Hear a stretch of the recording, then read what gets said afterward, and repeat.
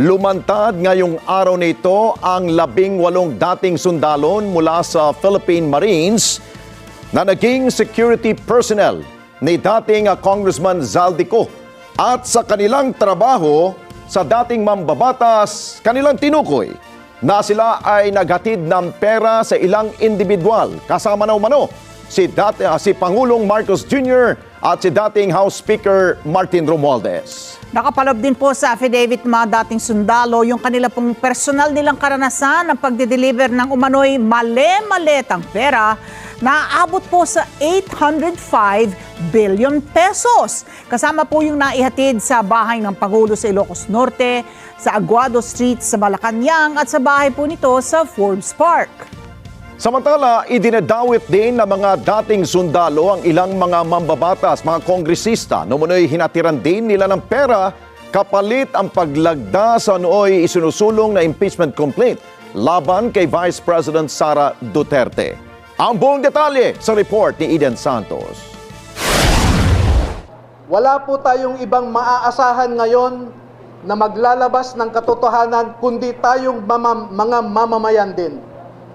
Hindi natin maaasahan ang nasa gobyerno ngayon na ilabas ang buong katotohanan na walang pinagtatakpan. Ngayon po ay lumabas ang mga dating kasamahan ni Master Sergeant Orly Gutesa sa trabaho bilang security consultant o security personnel ni dating Congressman Zaldi Esco. Ang mga sundalong ito ay wala na sa serbisyo. Ngunit ang nasabi nila sa akin, ito ang marahil na huling labanan na kanilang papasukin at gusto nilang magpakasundalo sa ating bayan.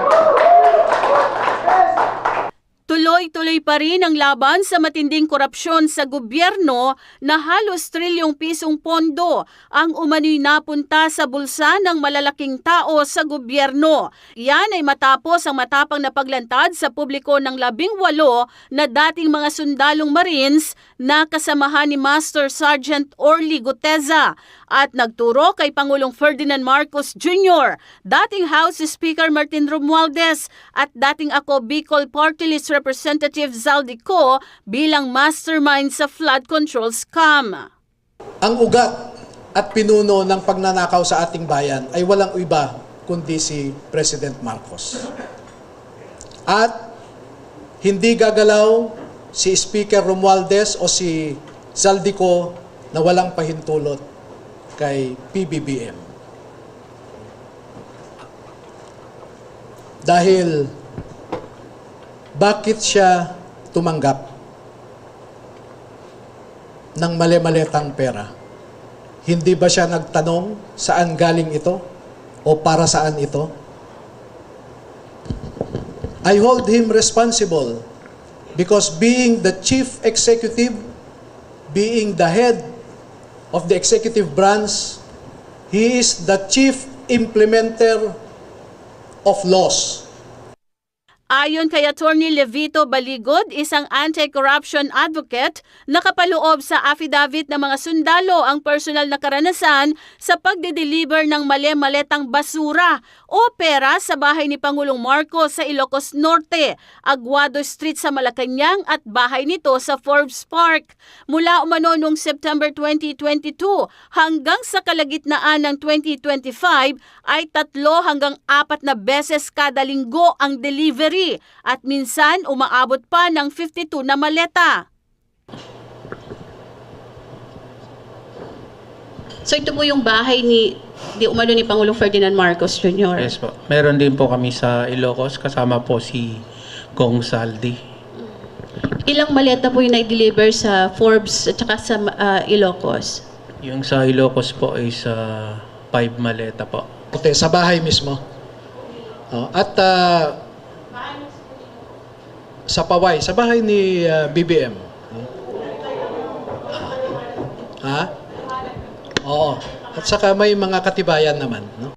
Ibinunyag din sa presscon na umaabot sa 805 billion pesos ang deliveries ng mali-malitang basura o pera mula sa umano'y ninakaw mula sa pera ng bayan. Na i-deliver nila, umaabot ng 805 billion pesos. Nung Napoles, tens of millions lang o billions, no? Pero ngayon, trilyones. Isa rin sa mahalagang bahagi ng affidavit ng mga sundalo ay ang nangyaring operasyon ng International Criminal Court o ICC investigators sa Pilipinas. Anya, bago mag-December 2023, inutusan sila na magpapalit ng pera na nagkakahalaga ng 2 milyong dolyar. We will prove that the conduct of the ICC investigators in the Philippines is unprecedented because they were dined and wined by people who are publicly known to be opponents of the people hosting them. Second, to prove that what the United States Department said, that ICC is a very corrupt institution, is being proven by this personal knowledge included in their affidavit. Plano rin nila na ipadala sa iba't ibang embahada ng mga bansang miyembro ng ICC at maging mismo sa ICC ang kopya ng reklamo pagkatapos na isumite sa Office of the Ombudsman para ipaalam ang ginawa ng mga ICC investigators sa Pilipinas. Kinumpirma rin ng mga sundalo na nagdala rin sila ng mali-malitang pera para sa mga kongresista na pumirma sa impeachment complaint laban kay Vice President Sara Duterte. Nakadetalye po dito sa affidavit nila na may dinalang pera para sa mga pumirma. Okay? Sa